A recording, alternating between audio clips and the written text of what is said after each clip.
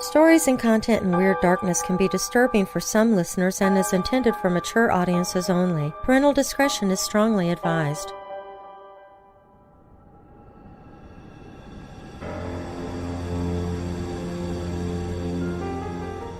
For several months toward the end of 1966, the eyes of the world were focused on West Virginia, specifically on Point Pleasant. Scores of people all reported seeing something similar. This creature became known as the Mothman. All of this seemed to lead to a terrible disaster when the Silver Bridge collapsed. All of this dominated headlines and newspapers. However, buried deep inside the pages of the press were claims of another bizarre sighting that was overshadowed by both Mothman and the Silver Bridge. His name was Indrid Cold, also known as the Grinning Man, and this figure has earned a reputation in American folklore that persists to this day. I'm Darren Marlar, and this is Weird Darkness.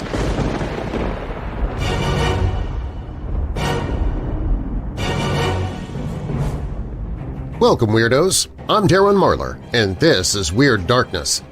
Here you'll find stories of the paranormal, supernatural, legends, lore, the strange and bizarre, crime, conspiracy, mysterious, macabre, unsolved, and unexplained. Coming up in this episode, I have a story of soldiers and spirits that dates back to the Battle of Antietam Creek, the bloodiest single day of the Civil War, the story of the Irish Brigade, and the ghosts that were left behind. The fear of being buried alive has been a constant companion of mankind for as long as time can remember. It's due to this fear that we have safety coffins that are still in use today, more than 200 years after their invention. In one particular hospital, the staff avoid booking people in room 228, and for good reason. Cloven footprints are found in new-fallen snow.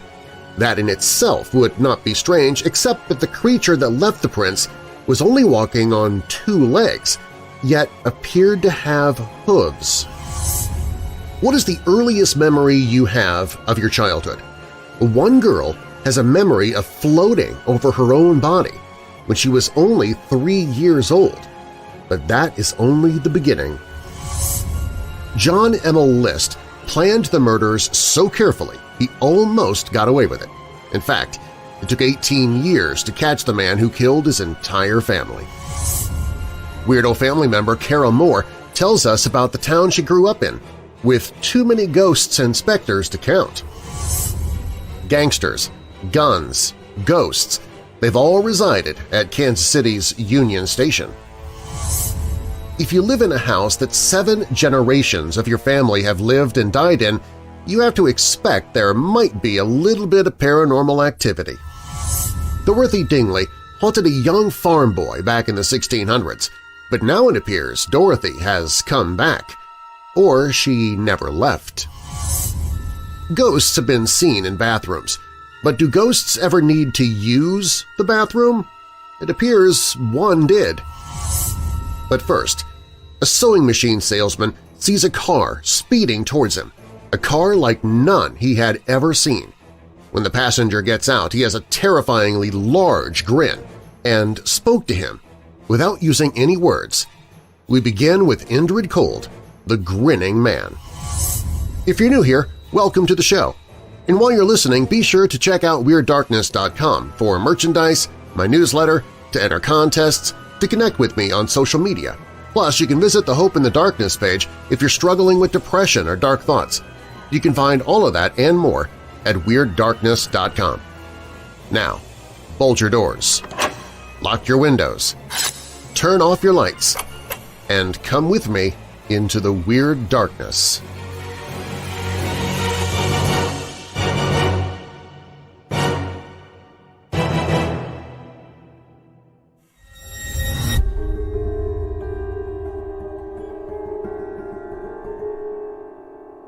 Woodrow Derenberger made his living by selling sewing machines. November 2nd, 1966 was a long day for him. By 7 p.m., he was driving along a hill just outside Parkersburg on Interstate 77 and was looking forward to arriving at home. On this cold and wet evening, the last thing he wanted was to have to stop on the side of the road to replace a sewing machine that had become dislodged in the back of his vehicle. The sewing machine was undamaged, and he quickly resituated it. Derenberger might have parked a little bit better, but he left enough room for other commuters to pass by his stationary vehicle while he tended to his business. None of these drivers came forward to confirm Derenberger's account of what followed. Having returned to the driver's seat of his van and continuing on his way, a set of headlights passed him and began to slow down in front of him. For the second time, Derenberger had to stop. This time he had to do so in the middle of the road.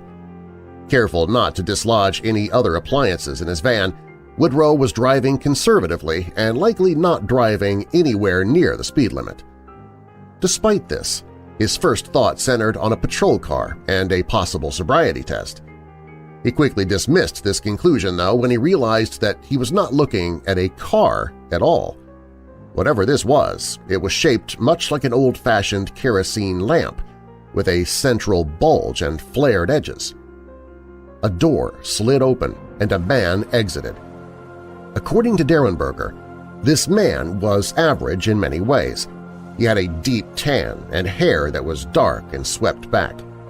A deep tan was unusual for the time of year, but the extraordinarily broad grin that this man wore was easily the most striking thing about his appearance. As soon as the man exited, he began to head in Derenberger's way.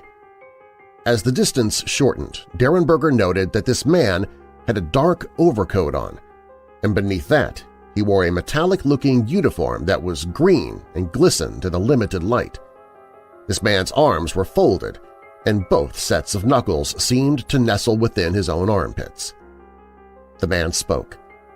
He identified himself as Indrid Cold and said that he came from a place less powerful than the United States. He was very reassuring and admitted that he was flesh and blood, just like Woodrow, and in no way special or spectacular. Indrid also openly encouraged Woodrow to report the encounter to the authorities, and confirmation would follow. Before he returned to his vehicle, Indrid revealed that this would be just the first of several such meetings the pair would have. The whole message was delivered by something similar to telepathy, and not a single word was spoken verbally. Both Indrid Cold and the vehicle departed the scene. Indrid Cold did keep his word. Woodrow received several additional visits from the same man. On some of these subsequent visits, Indrid was not alone. Derenberger revealed that his new friends came from a planet called Lanulos, and that during one visit he was allowed to take a trip there. After the last of these meetings, Woodrow sought out renowned UFO investigator John Keel, who happened to also write a book about Mothman, and reported events in great detail. Purportedly, during Keel's investigations, he often received mysterious phone calls from someone calling himself Indrid Cold. This was nothing new for him, of course, but he did mention persons and not person. Keel believed that whoever phoned him was an informed third party. Despite this, Keel wrote a foreword in Derenberger's book, Visitors from Lanulos. Woodrow Derenberger was not the only person to report an appearance from a sinister-looking grinning man either. On the very same night, on the very same road, two other men saw an elongated object land in front of their vehicle.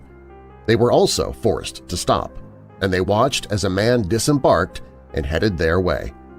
He wore a dark coat and folded both arms in such a way that could be considered uncomfortable. He asked both men questions that seemed pointless to them before the man returned to the craft that subsequently took off. Several weeks before Derenberger had his encounter, a pair of boys met a man that scared both of them. The boys, James Yanchitis and Martin Mouse Munov, were walking home along 4th Street in Elizabeth, New Jersey. They reached a corner opposite a local landmark called the Turnpike. This was an elevated area with a high-wire fence and a steep incline. They reported that behind the fence stood the strangest man they ever saw. Neither had any idea how the man got there or where he came from. The man just stood there and grinned a big old grin. There are other versions of the legend involving other sightings. However, not much else has been heard of from the Grinning Man since the 1960s. Who he was is unknown, but many consider the encounters to have been a contrived hoax. Nonetheless, he has earned a legendary reputation that persists to this day among the Men in Black and the Black-Eyed Kids. Interestingly, a recent admission by a man on Reddit claims that he was Indrid Cold.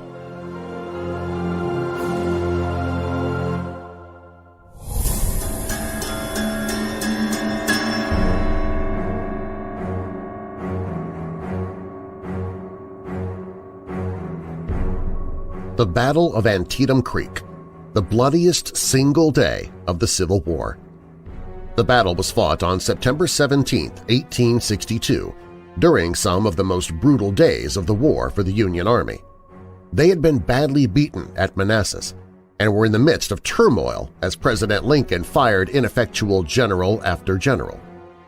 At this point, it still looked as though the Confederacy might actually win the war. The battle was fought on September 17th and marked the first of two attempts by Robert E. Lee to take the war onto Northern soil. The day ended with combined casualties of more than 23,000 wounded, missing, and dead. The battle itself was considered a draw, but the effects on both sides were staggering. Federal forces threw themselves at the Confederate line, hoping to break it. Leading the fourth attack of the day was the 69th New York, the Irish Brigade of Brigadier General Thomas F. Meagher, an Irish immigrant and a campaigner for Irish freedom. The brigade was among the most colorful of the Union troops, and brawling was common, as was heavy drinking. They brought along their own priest, and he conducted Mass for them on the Sabbath and on the eve of battles. In 1862, the 69th came to Virginia and were designated the 2nd Brigade of Israel B. Richardson's 1st Division, Edwin V. Sumner's 2nd Corps. They saw action at Fair Oaks, Gaines Mill, Salvage Station, and a number of other places before meeting their destiny at Antietam.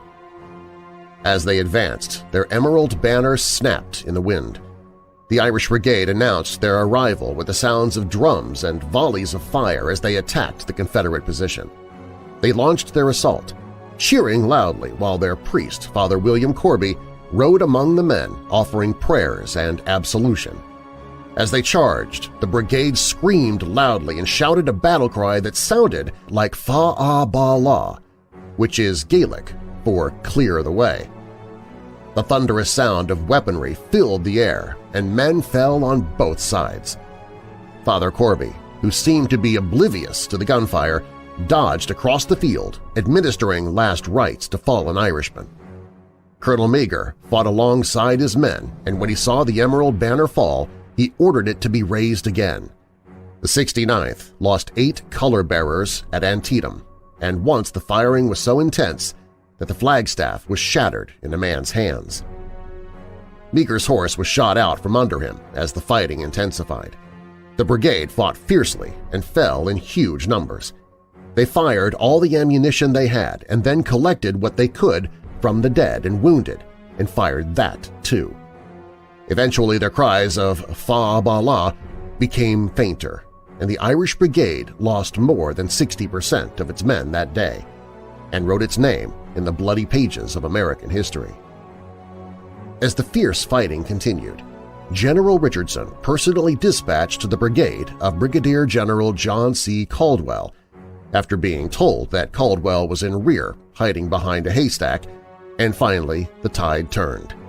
A number of key Confederate leaders were lost in the fighting that followed, including George B. Anderson, Colonel Charles II, and Colonel John B. Gordon, who was wounded 4 times. He was shot once in the cheek and fell unconscious with his face in his hat. He later told friends that he would have drowned in his own blood except for the fact that a Yankee bullet had earlier shot a hole in his hat, which allowed the blood to drain. Robert Rhodes was shot in the thigh, but remained on the field. However, the losses of the Confederate officers added to the confusion of the events that followed. As Caldwell's brigade advanced around the right flank of the Confederates, Colonel Francis Barlow and 350 New York men saw a weak point in the line and seized a knoll that commanded the sunken road, turning it into a deadly trap. From their vantage point, the Union troops fired down on the road's defenders. The once impregnable position had become an abattoir. A sergeant from the 61st New York later wrote, "We were shooting them like sheep in a pen. If a bullet missed the mark at first, it was liable to strike the further bank, angle back, and take them secondarily." The road, soon to be known as Bloody Lane, rapidly filled with bodies, piled 2 and 3 feet deep. The New York men continued to fire into the sunken lane and then poured into the roadway, kneeling on the slain Confederates to fire at the retreating survivors. A frenzy seized each man, one soldier recalled. He remembered tossing aside his own empty rifle to pull loaded ones from the hands of the dead to continue firing. Confederates moved in to meet the threat by the Union troops, but a command was misunderstood by Lieutenant Colonel James N. Lightfoot, who had taken over the command of John Gordon. Lightfoot mistakenly ordered his men to withdraw, an order that all 5 regiments of the brigade thought also applied to them. Confederates hurried towards Sharpsburg, their line broken. Richardson's men were in pursuit of the fleeing men when massed artillery hastily assembled by General Longstreet drove them back. A counterattack led by D.H. Hill flanked the Federal line beside the sunken road, but they were driven back by a fierce charge by the 5th New Hampshire. Unfortunately, this caused the Union center to collapse, and Richardson was forced to order his division back to the other side of the sunken road. His division lost nearly 1,000 men. Colonel Barlow was wounded, and Richardson later died from his wounds. The Federal advance had been stalled, and the battle at the center of the line died out. Over the years, Bloody Lane has come to be known as the most eerie spot on the Antietam battlefield. Visitors have had many strange encounters here, and even some former skeptics have come to believe that the events of the past are still very present in this place. Reports that have been collected over the years tell of phantom gunfire echoing along the old road and the smell of smoke and gunpowder that seems to come from nowhere. Other reports have included the apparitions of men in Confederate uniforms who were believed to be reenactors until they vanished without a trace. Perhaps the most famous story of the Bloody Lane involves a group of boys from the McDonough School, a private school located near Baltimore. They toured the battlefield and ended the day at Bloody Lane. The boys were allowed to wander about and think about what they had learned that day. They were then asked to record their impressions for a history assignment, and some wrote brief remarks and poems. But the comments that got the most attention from their teacher were written by several boys who walked down the road to the observation tower, which is located where the Irish Brigade charged the Confederate line. The boys described hearing strange noises that became shouts coming from the field near the tower. Some of them said it sounded like a chant. Others described the voices as though someone were singing a Christmas song which sounded a lot like Deck the Halls. Most specifically, they described the words as sounding like the part of the song that goes fa-la-la-la-la. The singing came strongly and then faded away. But what if the singing had not been a Christmas song at all, but the sounds of the famous Irish Brigade clearing the way? Fa-a-ba-la.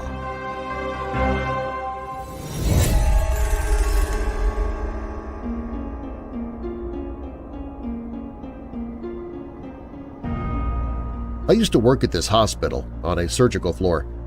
None of the staff liked to go into room 228. You would hear things like a bedside table moving, hear disembodied voices, and the call light would go off by itself. We tried not to put patients in that room because of the activity. Not only did we nurses experience activity, but the patients reported activity as well. Some saw a person standing in the corner, while others heard singing. There were also reports of the bed shaking and the bedside table moving. However, the creepiest thing that ever happened was when a child was assigned to room 228. One time, a child's mom stepped off the floor, and I heard the child having a conversation with someone. I went back to the room, and I got chilled. The room felt like it was covered in a thick patch of fog. I asked the child who he was talking to, and he said a lady was talking to him. I left the room feeling a little uneasy and went back to the nurse's station. The mom came back up and went into the room. She then came out and said, "Thanks for having that lady stay with him while I was gone." I just smiled. I wasn't going to tell her that her child was being watched by a ghost.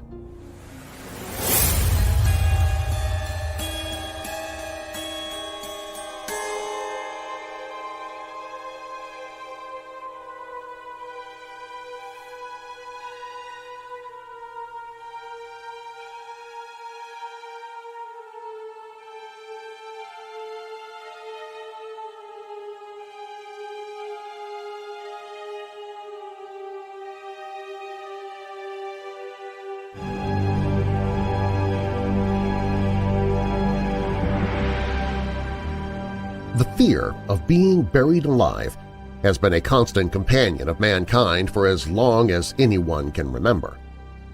As bizarre as it might sound, certain variations of safety coffins that were designed during the 18th and 19th centuries are still in practice today. Tapophobia is the medical term for the fear of being buried alive as a result of being incorrectly pronounced dead. Tapophobia can be justified due to the number of cases of people being buried alive by accident. In 1905, the English reformer William Tebb collected accounts of premature burial. He found 219 cases of near-live burial, 149 actual live burials, 10 cases of live dissection, and 2 cases of awakening while being embalmed. Of course, Edgar Allan Poe's novel The Premature Burial, published in 1844, resulted in even greater fear, especially since the book contained accounts of supposedly genuine cases of premature burial. Therefore, it's not a surprise people feared coffins and graves. During the 18th and 19th century, a large number of safety coffins were patented. Many coffins were fitted with a mechanism to allow the occupant to signal that he or she had been buried alive. The first recorded safety coffin was constructed on the orders of Duke Ferdinand of Brunswick before his death in 1792. The Duke demanded to have a window installed to allow light in, an air tube to provide a supply of fresh air, and instead of having the lid nailed down, he had a lock fitted. In a special pocket of his shroud, he had 2 keys, one for the coffin lid and a second for the tomb door. The trouble with many designed safety coffins was that they included ladders, escape hatches, and even feeding tubes, but their creators forgot to implement a method of providing air. In 1798, P.G. Pessler, a German priest, suggested that all coffins must have a tube inserted from which a cord would run to the church bells. If an individual had been buried alive, he could draw attention to himself by ringing the bells. Pessler's colleague, Pastor Beck, suggested that coffins should have a small trumpet-like tube attached. Each day, the local priest could check the state of putrefaction of the corpse by sniffing the odors emanating from the tube. If no smell was detected or the priest heard cries for help, the coffin could be dug up and the occupant rescued. In 1822, Dr. Adolf Gutsmuth wanted to demonstrate how ingenious his safety coffins were. He was buried alive and stayed underground for several hours and even ate a meal delivered to him through the coffin's feeding tube. Improvement of safety coffins and their mechanisms continued. Among many things, in 1829, Dr. Johann Gottfried Taubiger designed a system using a bell which would alert the cemetery night watchman. In 1900, Walter McKnight of Buffalo, New York, patented an all-electric device for indicating the awakening of persons buried alive. In addition to the usual air pipe to the surface, A large electromagnet, solenoid, in an enclosure on the surface pulled up a cap on the air pipe when movement of the corpse's hands closed a switch. An electric bell was mounted outside the enclosure. A telegraphic grave signal device was patented in 1901 by Monroe Griffith of Sioux Falls, Iowa. In addition to the wiring of hands and feet to signal awakening and movement of the corpse, switches under the corpse would close if the body were lifted by grave robbers. Rather than using a buzzer above the grave, the wires led to a central office, such as the home of the cemetery sexton or police station. In 1908, George Willems of Roanoke, Illinois, patented a grave attachment which consisted of a pipe at the foot of the coffin leading to the surface. With an adjustable mirror at each end and a remote-controlled flashlight, the idea was simply to observe the corpse for several days after burial. 1913 brought a more sophisticated device for detecting life in a corpse in hospitals, morgues, crematoriums, at bathing beaches, and on ocean-going steamers. Peter Baucus of Delphos, Ohio, was the inventor. The elaborate apparatus consisted of a motor-driven vacuum pump, electric heaters, telephone monitor, and a special stretcher placed in a sealed casket. Presumably, a professional operated this apparatus and performed tests for residual life in the corpse. As late as 1983, a coffin life detector was patented by Fernand Gouchard of France.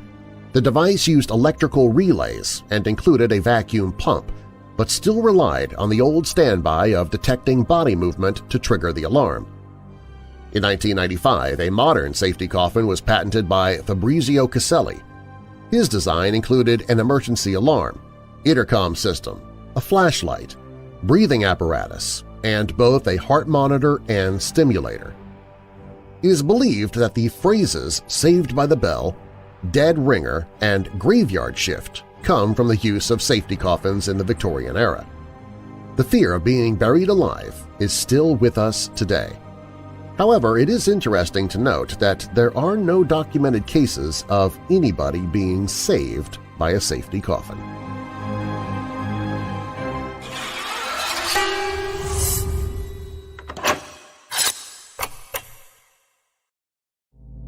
Urban legends are thought by most to be tall tales passed down through the ages.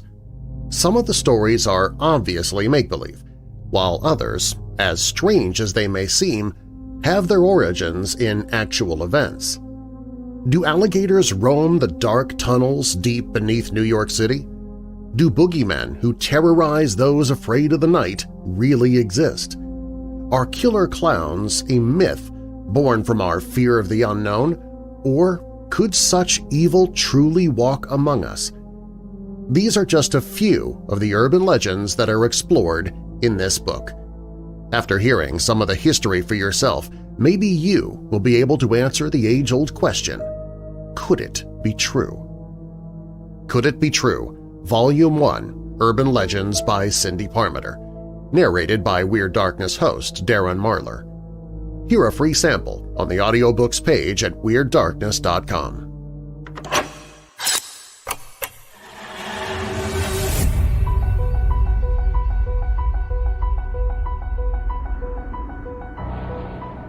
I have this vivid memory from when I was about 3 years old.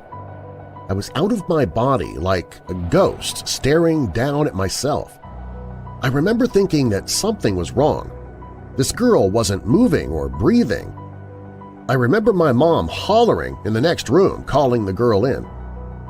I remember lying down on top of the body and being absorbed in.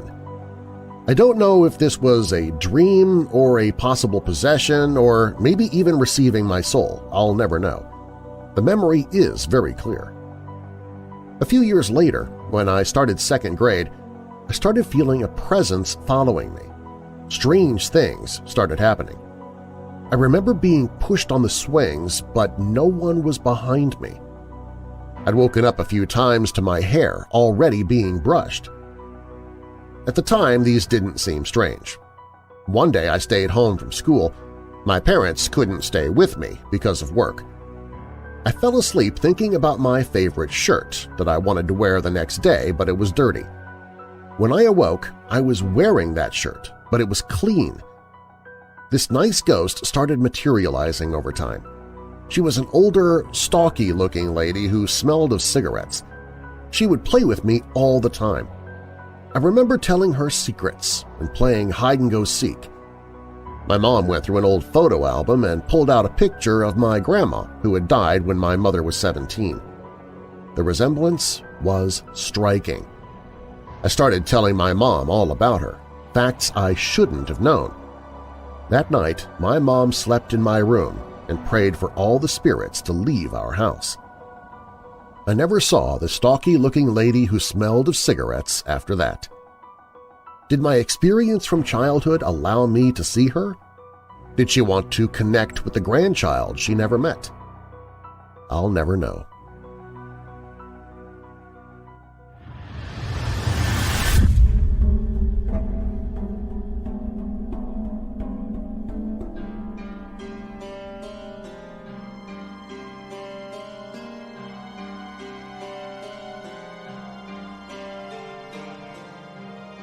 Something strange happened on the cold night of February 8, 1855, around the Exe estuary in Devon, England.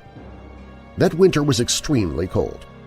According to reports from the time, temperatures remained around freezing from January until March. The low temperatures didn't allow snow to melt, and every new snowfall just added a new layer over the terrain. These extreme weather conditions were the perfect setup for the strange events of that night. According to the few witness accounts from the time, after a heavy snowfall on the night of February 8, 1855, mysterious hoof marks appeared all over South and East Devon. The hoof marks were reported to be around 4 inches long, 3 inches across, between 8 and 16 inches apart, and mostly in a single file. Reports about these footprints came from around 30 different locations in Devon. The combined footprints had a reported length of between 40 and 100 miles. It seemed like the creature that left the traces could overcome any obstacle. Footprints were found over houses, frozen rivers, haystacks, snow-covered roofs, high walls, and also inside drain pipes. Here is a part of one news report that describes the event. It appears on Thursday night last, there was a very heavy snowfall in the neighborhood of Exeter and the south of Devon. On the following morning, the inhabitants of the above towns were surprised at discovering the footmarks of some strange and mysterious animal endowed with the power of ubiquity, as the footprints were to be seen in all kinds of unaccountable places, on the tops of houses and narrow walls, in gardens and courtyards, enclosed by high walls and palings, as well as in open fields. The footprints appeared over a huge area, from Exmouth up to Topsham and across the Exe estuary to Dawlish and Teignmouth. Some reports also claimed prints appeared even further south to Totnes and Torquay, and as far away as Weymouth or Dorset in Lincolnshire. First-hand evidence of this event is rare. The first written accounts of this phenomenon appeared in 1950 after a collection of documents belonging to Reverend H.T. Ellicombe, the vicar of Kleist St. George in the 1850s, was discovered. These documents included his personal letters, some tracings of the footprints, and a letter to the Illustrated London News marked "Not for Publication." Here is a part of that letter. The marks which appeared on the snow, which lay very thinly on the ground at the time, and which were seen on Friday morning, to all appearances were the perfect impression of a donkey's hoof. The length 4 inches by 2 3/4 inches, but instead of progressing as that animal would have done, or indeed as any other would have done, feet right and left, it appeared that foot had followed foot in a single line, the distance from each tread being 8 inches, or rather more, the foot marks in every parish being exactly the same size and the steps the same length. The footprints were soon named Devil's Footprints, or Tracks of Satan, because of their shape and resemblance to a cloven hoof. Some people started to really believe the devil himself made the footprints. People were scared for some time after the event and avoided venturing outside after midnight. Since this mystery was first investigated, there has been a variety of different theories about the origin of the traces in the snow. One more recent study of this subject done by Mike Dash, a notable Welsh writer, historian, and researcher, claims that there was no single source of footprints. According to him, some of those tracks were most likely hoaxes. Most of them were probably made by quadrupeds, such as donkeys and ponies, and there were also some traces made by wood mice. Still, at the end of his study, Dash admits that not all of the marks can be explained and allows for the mystery to continue.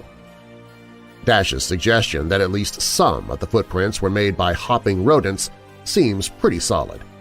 He noted that traces left by wood mice resemble that of an animal with cloven hoofs.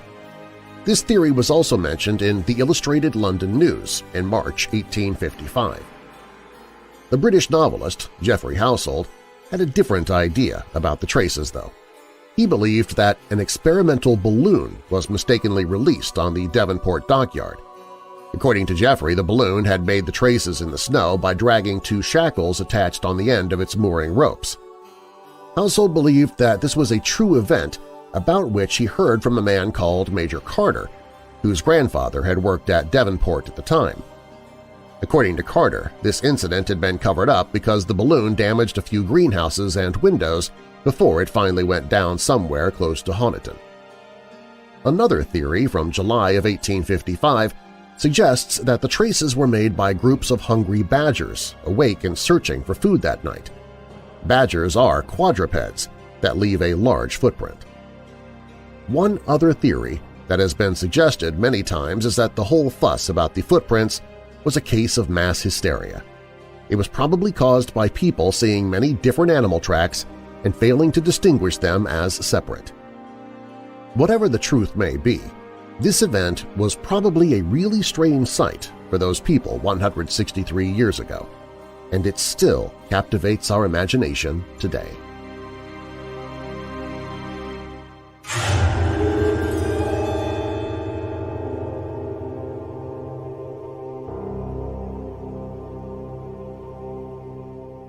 John List was a Sunday school teacher and a successful bank executive.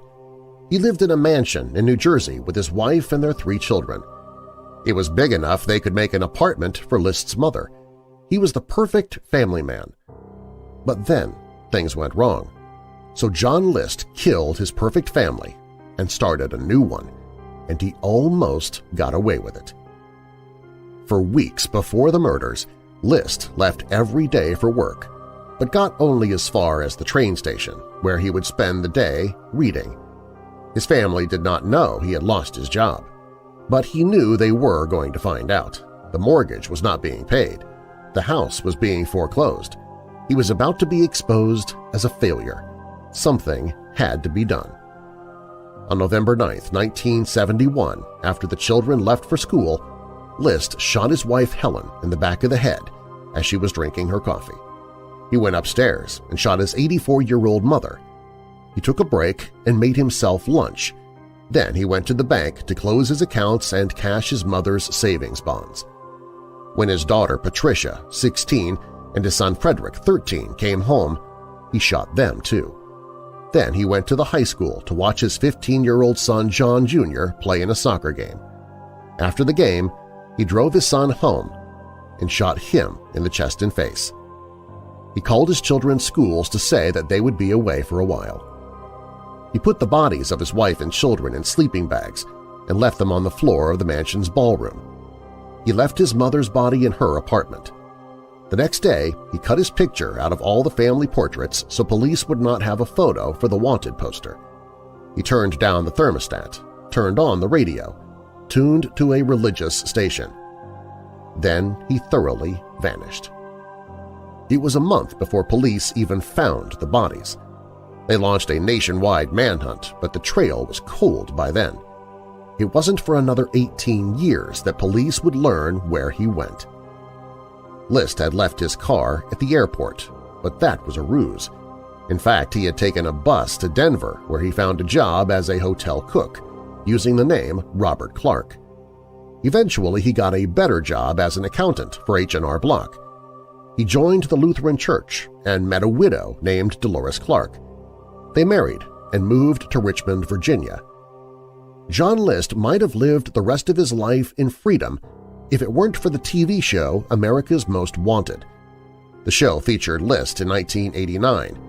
They had a forensic sculptor create a bust showing what List most likely looked like today. His old neighbors in Denver recognized him. He was sentenced to 5 consecutive life terms and died in prison in 2008. List said he killed his family to spare them from the humiliation of losing their home and because he hoped they would go to heaven. Psychiatrists say he never showed remorse for his cold-blooded murder of the List family.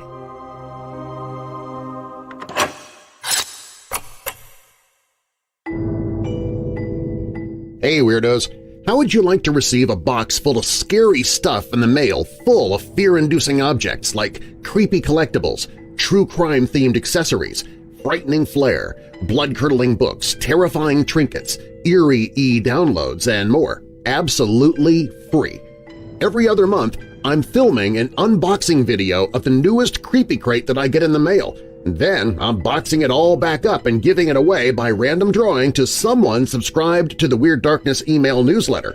And before I close up the box for good, I might toss in a couple of Weird Darkness goodies as well for good measure. You can keep the Creepy Crate for yourself or give it away to a weirdo friend or family member. To watch my latest Creepy Crate unboxing video and to register to win a Creepy Crate of your own for free, visit WeirdDarkness.com/creepycrate. That's WeirdDarkness.com/creepycrate.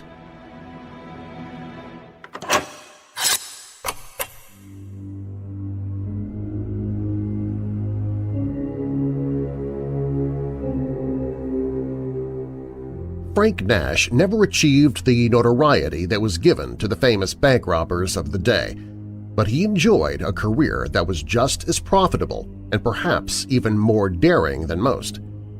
Nash was born in Indiana in 1887, and in 1902 his father, John O. Nash, moved the family to Oklahoma so that he could establish a hotel in Hobart. As a young man, Frank worked in the hotel's kitchen as a cook, but eventually his father turned over the ownership of the place to his daughter Alice and her husband John Long. Frank was not disappointed. He never believed that he was cut out for hotel work, either in the kitchen or as a front desk clerk. He was looking for more excitement, and soon found it by committing a series of small burglaries around the Hobart area. In 1913, he teamed up with 2 accomplices, and they continued their successful series of crimes until Nash grew to suspect that one of them had talked to the police. Without a second thought, Nash murdered him. Nash was arrested and brought to trial but managed to get acquitted. He then murdered a witness who had testified against him, and for that, he was sentenced to serve a life term at Oklahoma's McAllister State Prison. Nash was a model prisoner at McAllister, and early in 1918 his sentence was commuted to 10 years. In July 1918 he was given a full pardon and released. In a short time he was back to committing crimes again. Nash was next arrested in October 1919 after a series of minor robberies made him a suspect in a bank heist that was pulled in Cordell, Oklahoma. This time the charges were dropped. He then put together a gang to rob the bank in the small farming community of Corn, Oklahoma. He was arrested and convicted again and sent back to McAllister to serve a 25-year sentence. Remarkably, the former convict got another reduction in sentence. On December 29, 1922, the governor signed an order commuting Nash's lengthy sentence to just 5 years, and the next day he was set free. Over the next 8 months, Nash is believed to have taken part in a number of murders and robberies, mostly with the Al Spencer gang. On August 20, 1923, he took part in the holdup of a mail train in Osage County, Oklahoma, that turned out to be the country's last great horseback train robbery. The gang made off with $20,000 in cash and bonds, but not before Nash brutally assaulted a male custodian, leaving him with a serious concussion. Nash remained on the run after his robbery until late autumn 1923, when he was discovered working as a ranch hand in Mexico. His boss refused to turn him over to U.S. authorities while Nash was still employed in the country, but compromised with officials by sending him over the border on a bogus errand. He was quickly arrested. On March 3, 1924, Nash was sentenced to 25 years in Leavenworth for robbery and assault. He didn't receive any political help or clemency this time, but he did receive unusual privileges for a prisoner with his past record. He was a model prisoner at Leavenworth and was made a trustee. After being given an outside assignment in October 1930, he calmly walked away from the prison and disappeared. What Nash did after his escape is not only unclear, but it may also be the stuff of legend. It is known that he hooked up with the Ma Barker Alvin Creepy Karpis gang for some time after meeting up with them in St. Paul. It's believed that Nash may have known the Barkers from his days in Oklahoma, but no one really knows for sure. Nash is also believed to have worked briefly for the Capone mob, with the rackets in Kansas City and with several small outfits organizing and carrying out robberies and burglaries. In the early part of 1933, Nash underwent plastic surgery to straighten his crooked nose, and he purchased a toupee to try and hide his well-known bald head. These changes were not very effective given the bank robber's distinctive appearance, so he and his new bride, Frances Luce, decided to get away to one of the underworld's most protected locations, Hot Springs, Arkansas. Unfortunately for Frank Nash, federal agents who considered the Hot Springs Police Department to be one of the most unreliable in the country kept the white front under almost constant surveillance. On June 16, 1933, agents Frank C. Smith and F. Joseph Lackey from the Bureau of Investigation's Oklahoma City office spotted Nash lounging with a bottle of beer in front of the cigar store. They followed him to a horse betting parlor where he was placed under arrest and rushed out of town. The two Bureau of Investigation agents drove into Fort Smith, and at 8:30 p.m. they spirited their manacled prisoner aboard the Missouri Pacific Flyer headed for Kansas City. When they arrived, they would be met the following morning by more federal officers and local police officers, who would accompany them on the final leg of their trip to Leavenworth. Realizing that Nash's criminal friends might try and help him escape, the agents kept their route a secret. The agents joked in their stateroom with Nash about his new disguise, a red wig that he had bought to cover his bald head. Nash good-naturedly shrugged. "I paid $100 for it in Chicago. You do what you can." He told them that he also had his nose straightened and then asked the agents not to pull on his mustache because that was the real thing. Word spread about Nash's capture, passing from Galatas and Hot Springs to Herb Farmer outside Joplin, to Vern Miller, the member of the Barker Karpis gang who was living in Kansas City. Miller learned that an unnamed prisoner was heading to Kansas City by train, and he began making arrangements to meet him. On the morning of June 17th, there were a number of people waiting to see Jelly Nash. Federal agents Raymond Caffrey and R.E. Vetterly and city detectives W.J. Red Grooms and Frank Hermanson were waiting to escort Nash to Leavenworth in their car. Also waiting were 5 or more gangsters, the would-be rescuers of Frank Nash. One of them was definitely Vern Miller, but the identities of the others are in serious doubt to this day. When the Missouri Pacific Flyer pulled into the station, Agent Lackey instructed Smith to stay with Nash in the stateroom while he went to the loading platform to find his contacts. Establishing their credentials to be legitimate, Lackey then asked the men to help him survey the immediate area. All were satisfied that nothing appeared out of the ordinary. Lackey then went back to the train to retrieve Nash. As Miller and the other waiting gangsters surveyed the scene and determined that the prisoner was Nash, they went out to the parking lot and took up positions among the parked automobiles.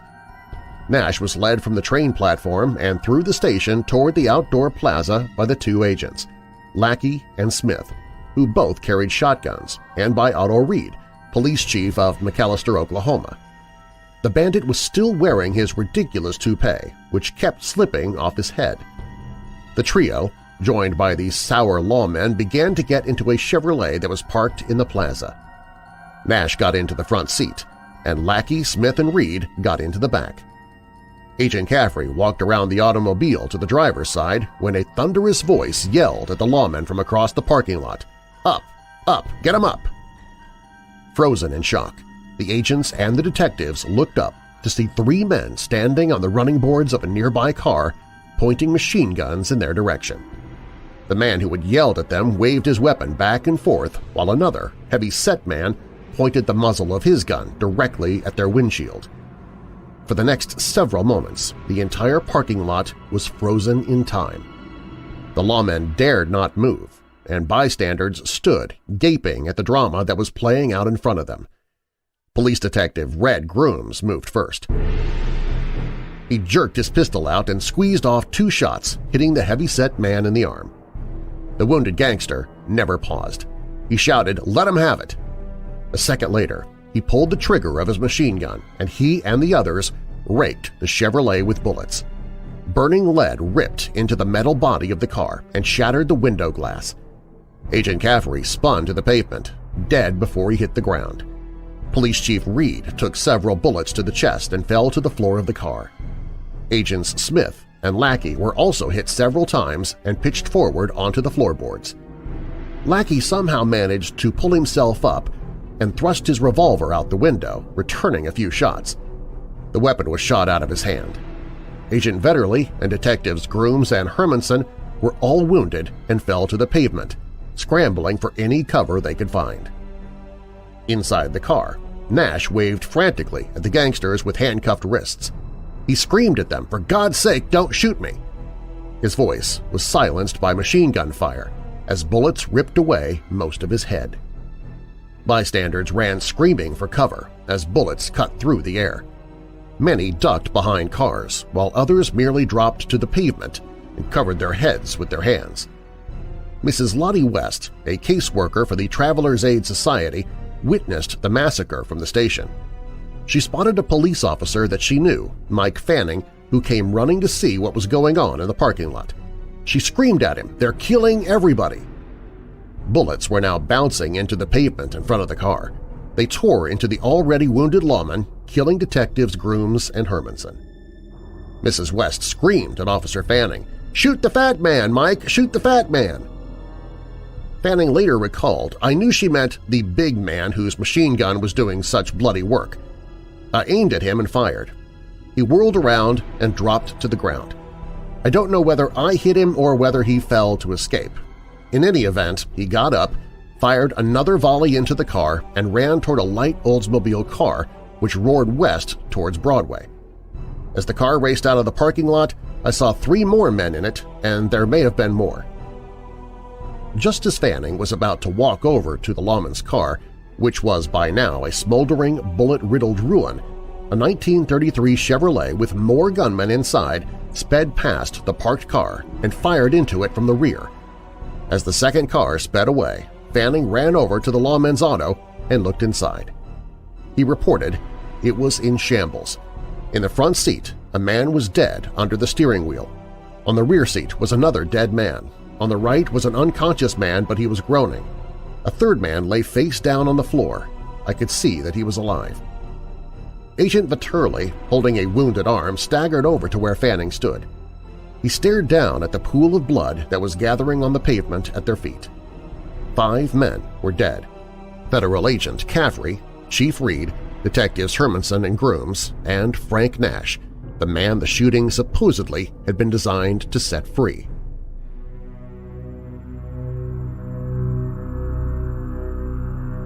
In hours, newspapers across the country screamed headlines about the Kansas City massacre.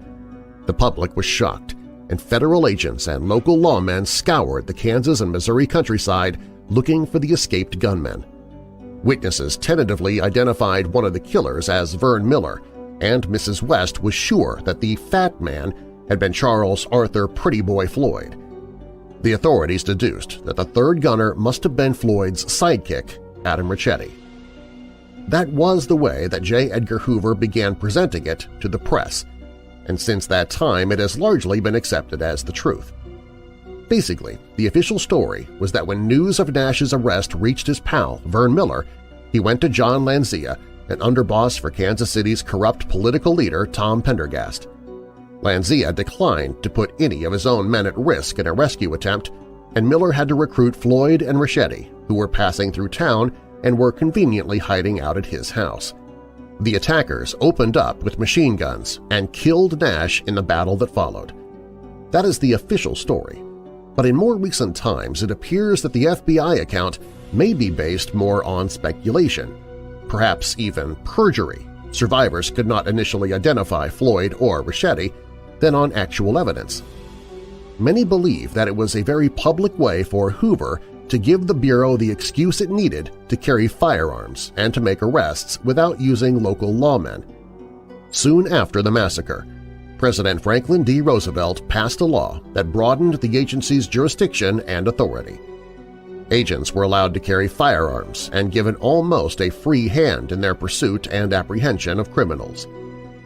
It is also believed that the official statement was used as a way to directly go after Floyd and Richetti. In October 1934, Floyd and Richetti were spotted by Ohio authorities, who captured Richetti after a gunfight and then called in agents from Chicago. The group literally stumbled across Floyd as he was running across a field and killed him. Examined at the mortuary, Floyd's shoulder bore no scars from a wound that he was supposed to have received in Kansas City. Adam Richetti was executed in 1938, and he swore to his grave that he and Floyd had no part in the massacre. So if Floyd and Richetti didn't kill those 5 men in Kansas City, who did? One of the shooters was undoubtedly Vern Miller. Miller, who worked for a time with the Barker Karpus gang, was an expert marksman who had learned his craft as a machine gunner in the service during World War I. After being discharged from the Army, he returned home to South Dakota, where his prowess with firearms earned him a job as a policeman. Later he was elected sheriff, but Miller felt constricted by the law and turned to a life of crime, first as a bootlegger and later as a bank robber.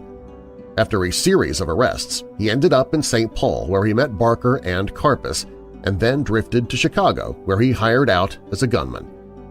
Miller was known for his violent temper and often erratic behavior, and the Kansas City Massacre has all of the earmarks of the kind of unstable operation that he would plan. In the hours after the massacre, the police trailed Miller to his home after the shooting but found that he had fled. They found bloody rags in his living room, but nothing else. Miller and his current girlfriend, Vivian Matthias, had escaped to Chicago.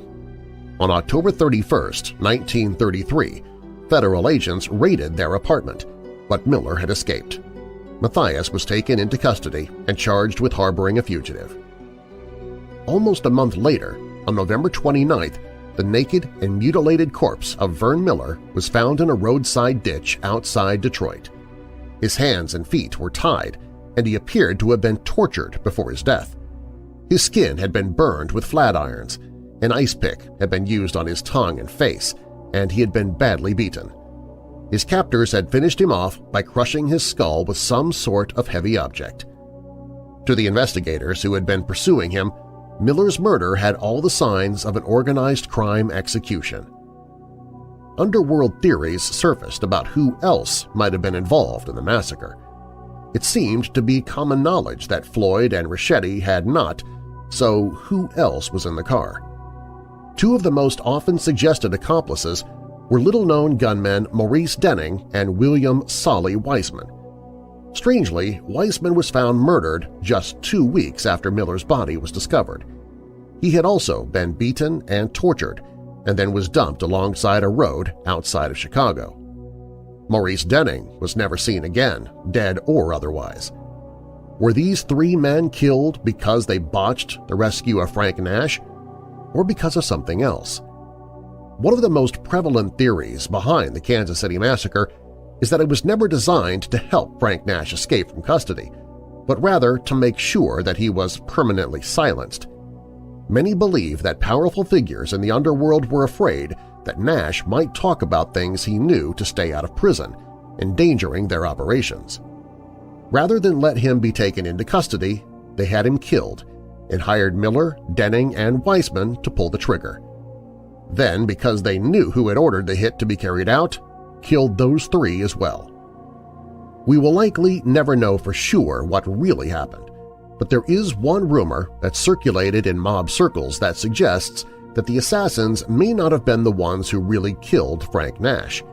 He may have accidentally been killed by a federal agent instead.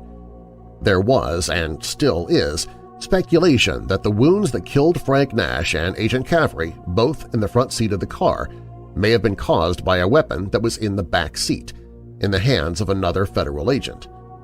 The story has persisted that when the fighting broke out, the agent began fumbling with the action of an unfamiliar 16-gauge shotgun that was loaded with steel ball bearings instead of the customary lead buckshot. The shotgun then went off by accident, blowing most of Nash's head all over the roof of the car and fatally wounding Agent Caffrey. Some of the ball bearings were reportedly found in the agent's body during an autopsy.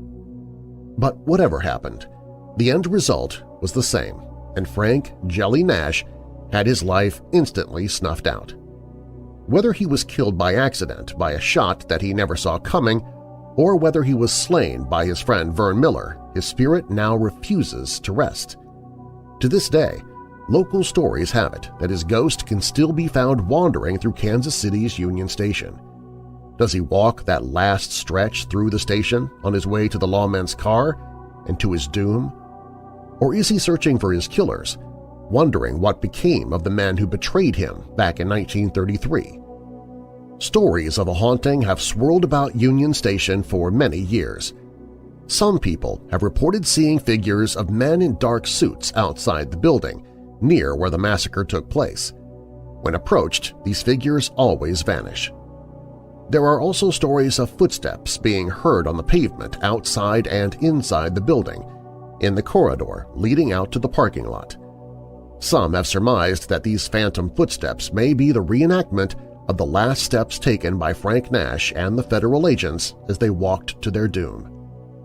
The ghost of Frank Nash is perhaps the most commonly reported specter connected to the massacre. Visitors and staff members have reportedly seen Nash's ghost at several different locations in Union Station, both in the daytime and at night. Does Frank Nash still lurk in the darkest corner of Kansas City's Union Station? And if he does, how long will he linger here?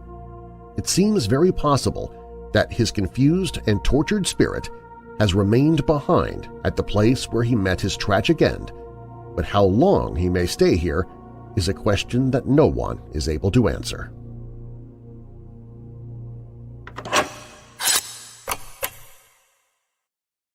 Loneliness can be a real burden, and while you can always log on to social media or watch TV, sometimes you just want someone near you. I mean, what if you could be in your living room sitting right next to Michael Myers, or sleeping in your bedroom with Freddy Krueger? Maybe watch a horrible B-movie with Elvira right there next to you. Have dinner with Hannibal Lecter. Do some quilting or sewing with Pinhead watching over you the whole time. Maybe wash and groom your dog in the presence of the Wolfman. Bobbletopia is the place to get your favorite horror characters as bobbleheads, and their Nika line of hyper-realistic horror action figures is incredible, like King Kong, the alien xenomorph, Pennywise, Frankenstein's monster, and more. And most every item is under $40. No need to be lonely any longer. Visit Bobbletopia.com/WeirdDarkness and get 10% off your first order by using the promo code WeirdDarkness. That's Bobbletopia.com/WeirdDarkness. See, you're feeling less lonely already.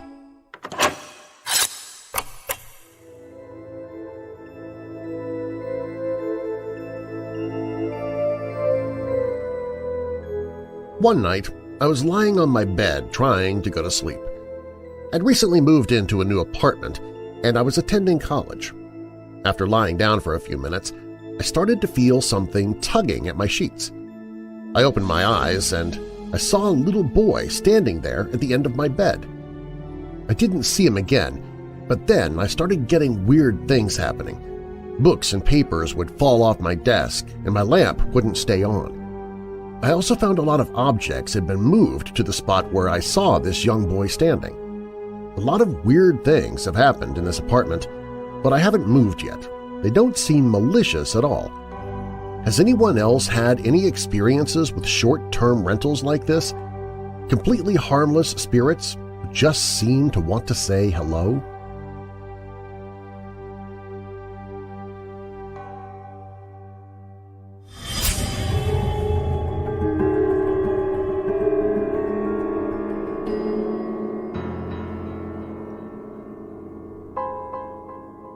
Tales of death, ghosts, and consequence in South Petherwin have come to light once again as a Cornish historian aims to make a 17th-century tragedy known. Cornwall has its fair share of tales and ghosts and spirits, but some may be familiar with the ghost of Dorothy Dingley, who supposedly haunted a young local boy in a field near South Petherwin following her death in the 1600s. However, it has emerged that Dorothy has been paying visits to more recent owners of a connected home in the parish of South Petherwin. Keen historian and researcher Barry West from St. Austell has been researching a 17th-century ghost story involving an ancient Cornish family and a sad end for an unfortunate woman. Barry told the Post that his journey with this particular tale came about after a mother of a child at a primary school in the Newquay area had asked him if he knew of any Cornish mysteries after the school carried out a series of Cornish history sessions. He said, "This all started for me when a woman who had a young daughter who was doing history in her school asked if I could help find a Cornish mystery, so this is a new story for me, too." Dorothy Dingley, whose surname has also been referred to as Dinglet and Durant, was believed to have been well acquainted with an ancient family who lived at Bodothan House in the parish of South Petherwin, the Bligh family, who were wealthy but not aristocratic farmers. It is thought that Dorothy had fallen pregnant but had tragically died during childbirth in 1662, with the eldest Bligh son suspected to be the father of the baby. He disappeared soon after Dorothy's death. There are two theories that Dorothy died either 3 or 8 years before she was seen as a ghost. In Dorothy's day, becoming pregnant before marriage was seen as shameful and was frowned upon, but the stigma did not seemingly apply to the fathers of the children. Barry said life would have been tough. Many unwed mothers or widows with small children, without a home, in poor health, hungry and exhausted, and nowhere to go. So who knows what the future might have held for Dorothy. In 1665, it is believed that the youngest Bligh son, known in many documents detailing the occurrences as 16-year-old Sam, was haunted by the ghost of Dorothy every morning at dawn on his way to school, thought to be Launceston Free School run by 29-year-old parson John Ruddle. Sam crossed a field each day in South Petherwin, then known as Higher Brown Quartles, where he saw the apparition several times during his walk. She would glide across the grass, pointing at something that he could not see, but would not take any notice of the boy. He claimed that he saw her as clear as day, but became frightened as he recognized her as Dorothy Dingley, who had died 3 years previously and whom he had seen buried in the ground at her funeral. Sam eventually became so afraid that he journeyed an alternative route through the Underhorse Road, but still the apparition of Dorothy followed. His friends and family soon noticed a change in Sam's behavior as he became more sullen and moody, with his friends putting it down to laziness or something that had happened in his life that he wasn't willing to share with them. In the book, Launceston Past and Present, a historical and descriptive sketch published in 1888 by Alfred F. Robbins, it details a theory of Robinson Crusoe author Daniel Defoe having been the first to mention the story in 1720 in a remarkable passage of an apparition, 1665, where he told of a Mr. Ruddle who kept a school in Launceston and had exercised a haunted field for a troubled boy. It is widely believed that this was not a fictitious narrative, but one penned by Mr. Ruddle himself, which Defoe had managed to claim into his possession whilst at Launceston in 1705. Robert Stephen Hawker from Morwenstow also retold the tale in The Bodothan Ghost, 1867. Parson John Ruddle, who was head teacher of the school in Launceston, was called to by the parents of Sam Bligh. He eventually spoke to Sam alone and agreed to go to the field with him one morning.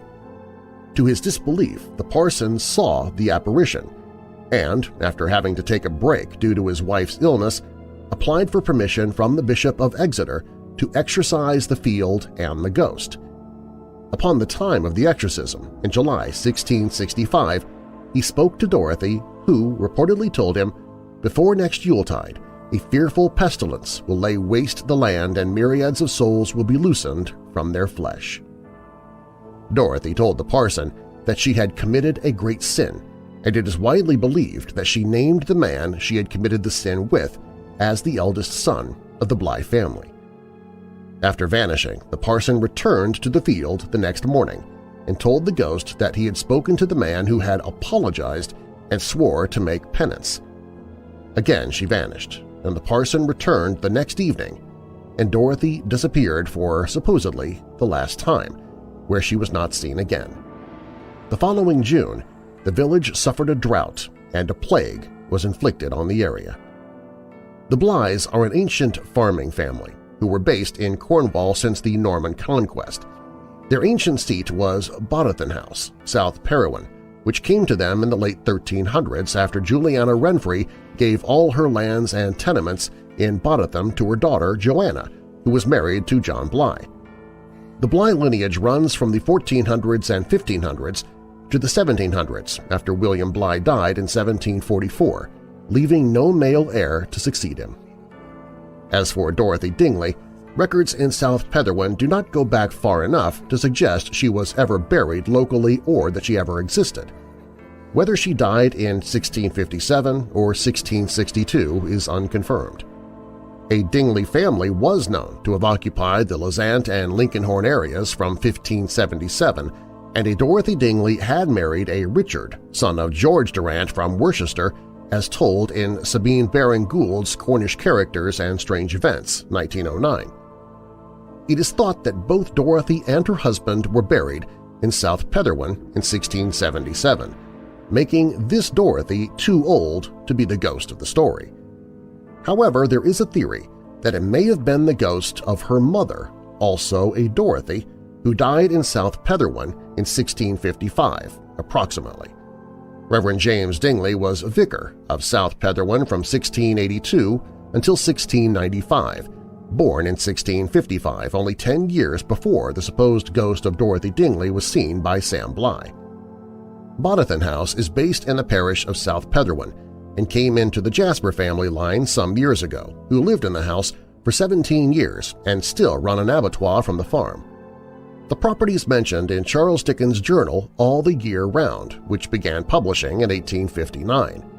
Maureen Jasper explained her experience at Boddington House, having lived in the house for 17 years.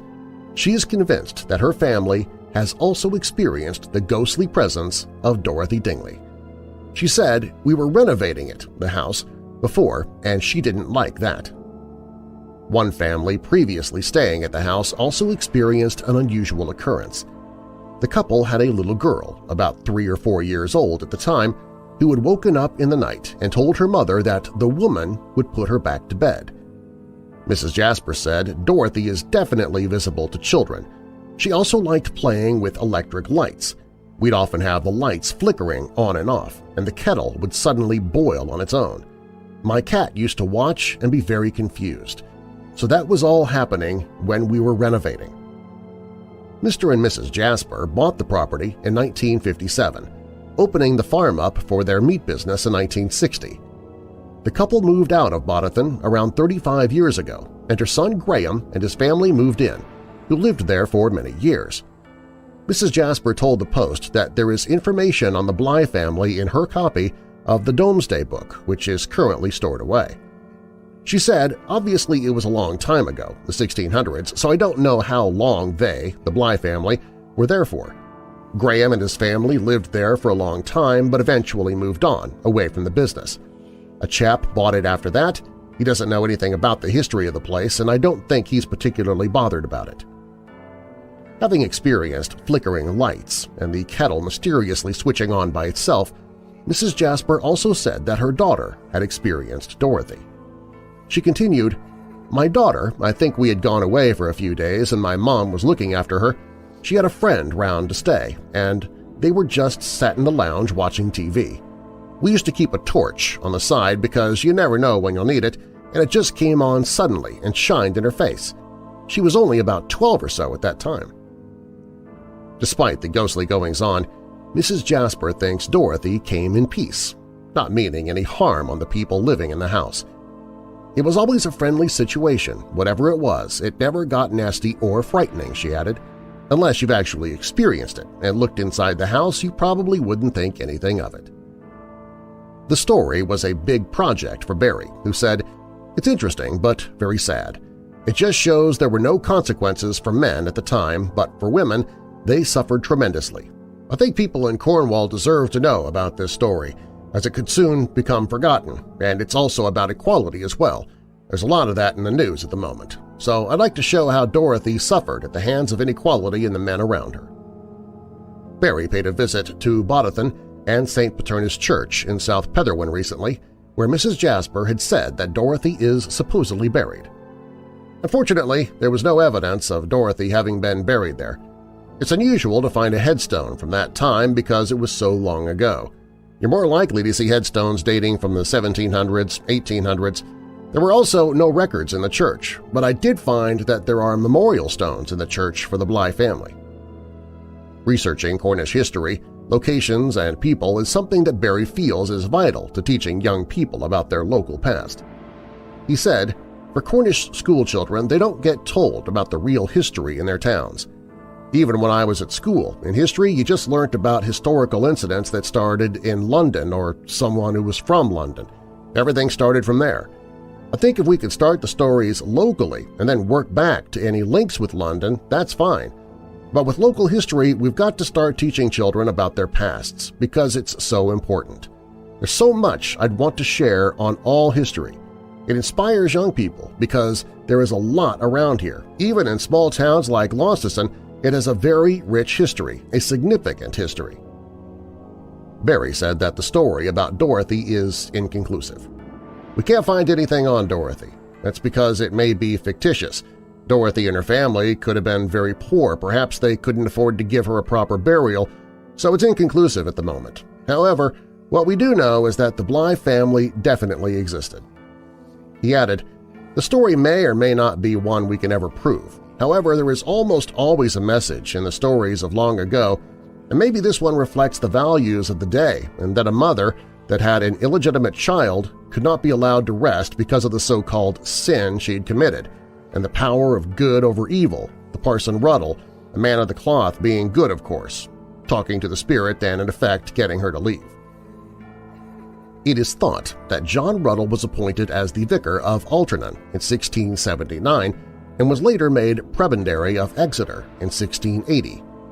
Ruddle is also thought to have exorcised an ancient tree in Trebers, where a ghost of a girl who had once danced in the tree, fallen and broken her back, was believed to have possessed it. He died in January 1699, age 62. An undated edition of Lawton Parish Magazine suggests that the young Bly son, haunted by Dorothy, grew up to become the mayor of Launceston in 1696.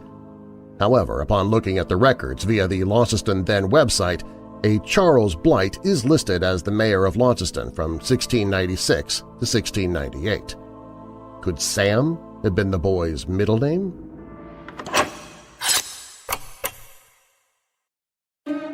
Ever had that eerie feeling of being watched? There's no one there, at least nobody you can see anyway. But still, you can feel those ghostly eyes upon you, the watchers in the shadows waiting for their moment to scare you, haunt you, or something even worse. That is the theme for these carefully selected creepy true stories of the paranormal designed to have you wondering if you too are being watched from the shadows. This all-new collection includes stories about the Hat Man, black-eyed kids, shadow people, poltergeists, UFOs, the premonitions of a dying man, forest demons, and much more, all absolutely true, all chosen by the master of the paranormal himself, G. Michael Vasey. Watched from the Shadows, Scary True Stories of the Paranormal, available now on the audiobooks page at WeirdDarkness.com. That's WeirdDarkness.com/audiobooks.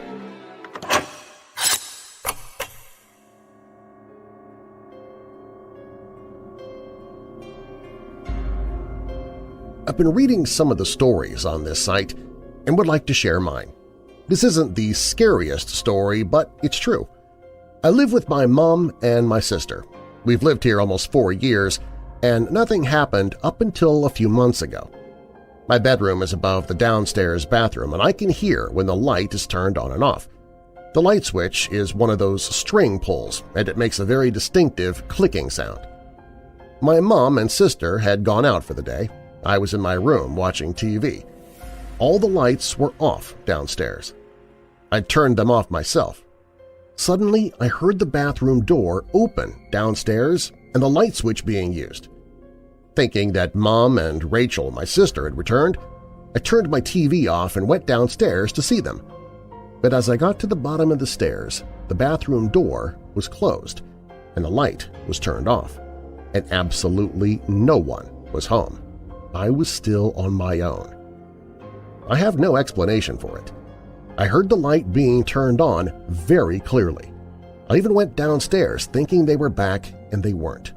There was nobody down there.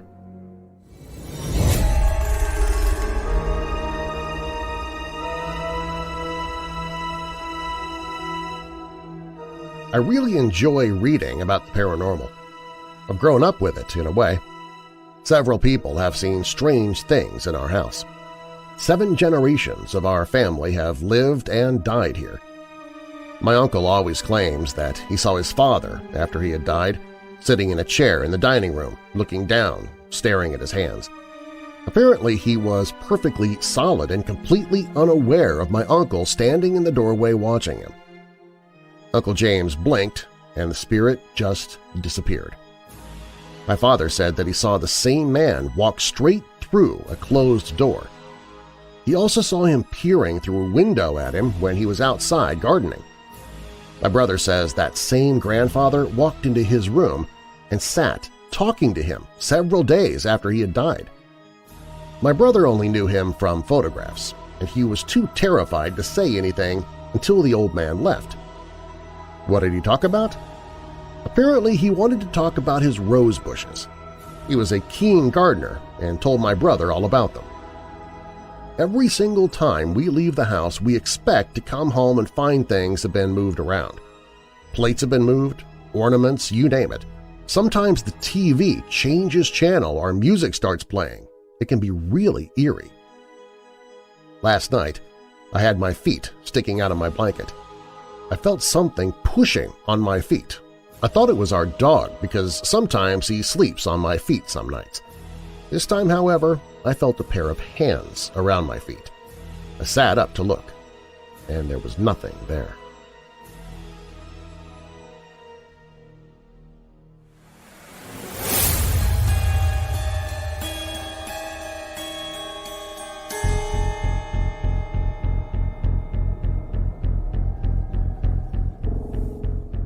There are so many reports from my town, and that backstory is the basis of the many paranormal incidents to my family and many other people I've known.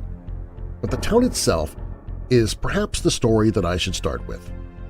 Imagine yourself going past a field on a bright, sunny day, and you see women and children dressed in period clothing, and you don't know anything about them. Then imagine so many paranormal events going on around you that you can't seem to avoid, so it becomes normal for you. As the Bible said of Abel, his blood crieth up from the ground. And this is what you hear from the many voices groaning and talking around you, where you can't see anyone. People have witnessed ghosts at other battlegrounds, such as Gettysburg, but what if the ones you see are not known about even though the tragedy was just as great? In 1791, General Arthur St. Clair, at that time governor of the Northwest Territory that included Ohio, Indiana, and Illinois, was commissioned by President George Washington to go to Kekyonga, a former Native American village and is known today as Fort Wayne, Indiana. While he was in Washington, D.C., President Washington had advised him to make sure he built up fortifications every night and never let his guard down because at the time we were still at war with the Native Americans. St. Clair was given the task to take over half the newly formed U.S. Army and their camp followers of over 250 women and children to settle the territory. The expedition started out badly, as St. Clair had been cheated on the correct ammunition. The money had been spent by Secretary of War Henry Knox on land speculation. So St. Clair entered into the wilderness with limited weaponry. He had gone from Marietta, the original capital, to Cincinnati, and then marched north. His scouts had mistakenly informed him of their location when they had reached the area of what is today Fort Recovery. He believed he was near St. Mary's River, which was still well north. They also were on the wrong side of the Wabash River. They should have been on the west side in order to travel much more easily to Kekianga. St. Clair had been suffering from gout, and his soldiers had to carry him, which made the native warriors consider him a coward. The night before the battle, St. Clair had not given the order to fortify the camp. They had been told that there were native warriors active in the area, but he felt his scouts were reliable. It was November 4th, 1791, at approximately 7 a.m. when they were attacked by the combined forces of Little Turtle and Blue Jacket, with over 2,000 warriors. It was hand-to-hand most of the day, and the soldiers ran out of ammunition, and those shooting the cannons were failing because they could not load the cannons fast enough. Because the soldiers had no more ammunition and the native warriors were more excelled at hand-to-hand, the soldiers simply could not fight, and St. Clair refused to give the retreat order, so they dropped their rifles and ran, to which St. Clair called them cowards. By this time, most of his officers were dead, along with every woman and child. Those soldiers who ran were chased down and killed, with only a few escaping who ran back south for days until they made it back to Fort Jefferson, between what is now Greenville and Dayton. Only those who made it were called to testify in the court-martial of St. Clair. St. Clair himself escaped after having 2 horses shot out from under him, but left all those bodies he was responsible for. When he made it back to Washington, D.C. and was called before Congress, this was the very first congressional investigation and court-martial of a U.S. officer. Washington had reminded him of the warning, and because the loss was so heavy, it was at that time the greatest defeat suffered by the U.S. Army. Over half the standing army was killed. The official statement was that only 900 soldiers were killed, but there were more than 1,200 and all the women and children. In order not to provoke a scandal, Washington exercised executive privilege and did not allow the actual figure to be made known publicly until the survivors began talking about the carnage. Simon Girty, a white man who'd been kidnapped as a child by a native tribe and raised by them, identified Richard Butler by the pendant, the Order of Cincinnatus, that he wore. Butler fought so bravely that the warriors tied him to a tree, cut his chest open, and took out his heart and shared it amongst themselves, the belief being that his bravery was an example. 2 years later, General Mad Anthony Wayne was sent back to see about the remains of all the people and build a fort. His opposing enemy was actually less than half of what St. Clair had encountered, and Wayne decided to go ahead and fight ahead of the reserves from Kentucky that were days behind. It was an easy battle for him, but all the remains of the people they had found they took up and put in a massive grave in which the town monument sits on today. But several times farmers would find skeletons or skulls, and they had 2 more bone-burying days, which some older people in town remember seeing when they were young. This did not curtail any of the paranormal activity in the town. There were many urban legends that came out of this event. One such was a mysterious man who would go around digging in fields because he was looking for the money which was to be paid to the soldiers once they'd made it to Kekianga. I don't know if that's true, but this was reported by some older farmers. Yes, this Arthur St. Clair descended from the same Sinclair family of Scotland who built Rosalind Chapel of the Knights Templar. He was a Scottish Rite Freemason, but his exploit was more of cowardice than his forebears. This event left a mark on the town and surrounding area. Many people have reported seeing balls of light, shadow people, the Hat Man, an old man from the waist down, soldiers, women and children, and heard the moans and groans of the dying. Every now and then one hears the sounds of cannons or drums beating. The old fort house built by Wayne was reconstructed and opened to the public, but it had to be closed after some time because the wax figures representing the period were muttering and whispering to people that came to view them. Young people dared each other to spend the night in the fort house, but no one ever could. I could say that is an urban legend, but this is in fact very true. At night one can see a darkness more than the night descend on certain areas. Shadow people move randomly from farm to farm or house to house. The foreboding north of town sometimes is unbearable, but most people there when I was young were farmers and didn't go out at night. Besides, they were the staunch and practical type who didn't talk about such things. It was better to not talk about it than to have people think they were crazy. That was until the local priest began to be called to more and more houses to deal with paranormal activity in the homes of his parishioners. It was the worst defeat, one which the government chose to cover up, and we will never know the names of the women or children who died. But every now and then they make their presence known, and if you are very aware, you might just be able to see them as well. And the best that you can hope for is to tell them that you know what happened, and as the monument in town says, their deeds are immortal. They are not dead, they are just resting and waiting. But among the native warriors, there had been a silent calling for them to come from far away as Georgia. The great chief, Dragging Canoe, had gone there, and how he knew the battle was to take place that day no one can say. Even those allied Shawnee knew the day and the hour it would take place. They were, in their view, defending their land. They did not know how easy it would be for them with St. Clair in charge. There were some native warriors who had been killed, but the number was far less than the U.S. settlers. They also had been left there for 2 years, so they were buried in the same grave as the others. The monument is not put to silence the blood crying up from the ground, and we never had a crybaby bridge or lover's leap or even mysterious women in white hitchhiking. What we had was the voices, the moans, sadness and darkness, and always the sense that something is just about to happen and that you are being watched no matter where you are. Websites can only give you the historical account, but if you grew up there or even passed through, you will experience the paranormal. One time I had taken a young friend there who had come from another town in southern Ohio, and she had no idea of the history. She did not know where she was, and I was driving. She'd been asleep until we reached the south side of town. As we drove north, she began to have reactions.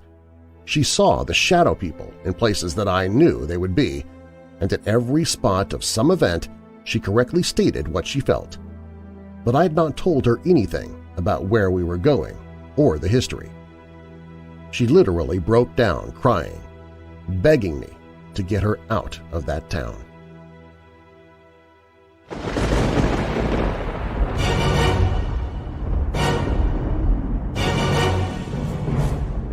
Thanks for listening. If you like the show, please share it with someone you know who loves the paranormal or strange stories, true crime, monsters, or unsolved mysteries like you do. And please leave a rating and review of the show in the podcast app you listen from. Doing so helps the show to get noticed. You can also email me anytime with your questions or comments through the website at WeirdDarkness.com. That's also where you can find all of my social media, listen to free audiobooks that I've narrated, shop the Weird Darkness store, sign up for the email newsletter to win monthly prizes, find other podcasts that I host, and find the Hope in the Darkness page if you or someone you know is struggling with depression or dark thoughts. Plus, if you have a true paranormal or creepy tale to tell, you can click on Tell Your Story. All stories in Weird Darkness are purported to be true unless stated otherwise, and you can find source links or links to the authors in the show notes. The Strange History of Safety Coffins was posted at AncientPages.com. Haunted Hospital Room is posted at GhostsandGhouls.com. Indrid Cold, The Grinning Man was written by Les Hewitt for Historic Mysteries. The 1855 Devil's Footprints mystery was written by Boban Dochevsky for thevintagenews.com. I Have This Vivid Memory was submitted anonymously to Weird Darkness. John List, the perfect family man who killed his perfect family, was posted at The Lineup. Haunted Student Apartment occupied by a friendly ghost was submitted anonymously. The Ghost of St. Clair's Defeat was submitted by Weirdo family member Carol Moore. The Spirit of Our Grandfather Won't Leave Us Alone was written by John Waken. The Kansas City Massacre was written by Troy Taylor. The Cornish Ghost of Dorothy Dingley was written by G. Michael Vasey. The Ghost Who Used Our Bathroom was written by Michelle Walton. You can find links to these stories in the show notes. Weird Darkness is a production and trademark of Marlar House Productions. Copyright Weird Darkness. And now that we're coming out of the dark, I'll leave you with a little light. Isaiah 26 verse 3, "You will keep in perfect peace him whose mind is steadfast, because he trusts in you." And a final thought, be kind with your words. They matter. I'm Darren Marlar. Thanks for joining me in the Weird Darkness.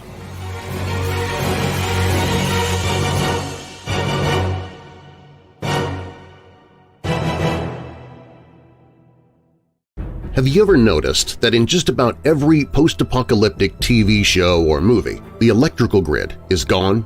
No power at all, anywhere. No places to plug in a radio to get news. And you can forget about charging your mobile devices or relaxing in an air-conditioned house or apartment. We rely on electrical power. Did you know that the power grid we are currently surviving off of was designed in the 1800s? It's so fragile that in 2003, a tree branch hit a power line in Ohio, and it shut down 21 power plants, and close to 100 people died because of it. And it's not just natural disasters. In January, a power station in North Carolina was damaged by gunfire, marking the third time it happened. The terrifying truth is that our national security experts are warning us that our aging power grid is now more vulnerable than ever, and these attacks just raise a new level of threat. Those post-apocalyptic TV and film scenarios could easily turn from fiction to fact. Imagine a blackout lasting not days, but weeks or even months. Your life would be frozen in time at the moment the power fails. Lights all over the country would go out, throwing people into total darkness. That's why having your own personal source of solar power is more important than ever. With the Patriot Power Generator, you get a solar generator that doesn't install into your house because it's portable. You can take it with you wherever you go, even use it indoors. And it's powerful enough for your phones, medical devices, even your refrigerator. Right now, you can go to 4patriots.com, that's the number 4, patriots.com, and use the code WEIRD to get 10% off your first purchase on anything on the website, including the life-saving Patriot Power Generator. You'll also get their famous guarantee for an entire year after your order.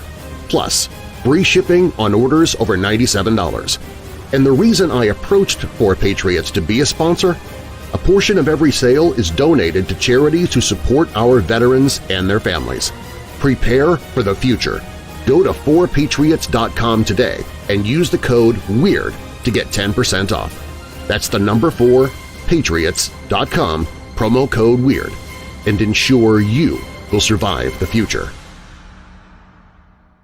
Hey Weirdos! Be sure to click the like button and subscribe to this channel and click the notification bell so you don't miss future videos. I post videos 7 days a week. And while you're at it, spread the darkness by sharing this video with someone you know who loves all things strange and macabre. If you want to listen to the podcast, you can find it at WeirdDarkness.com/listen.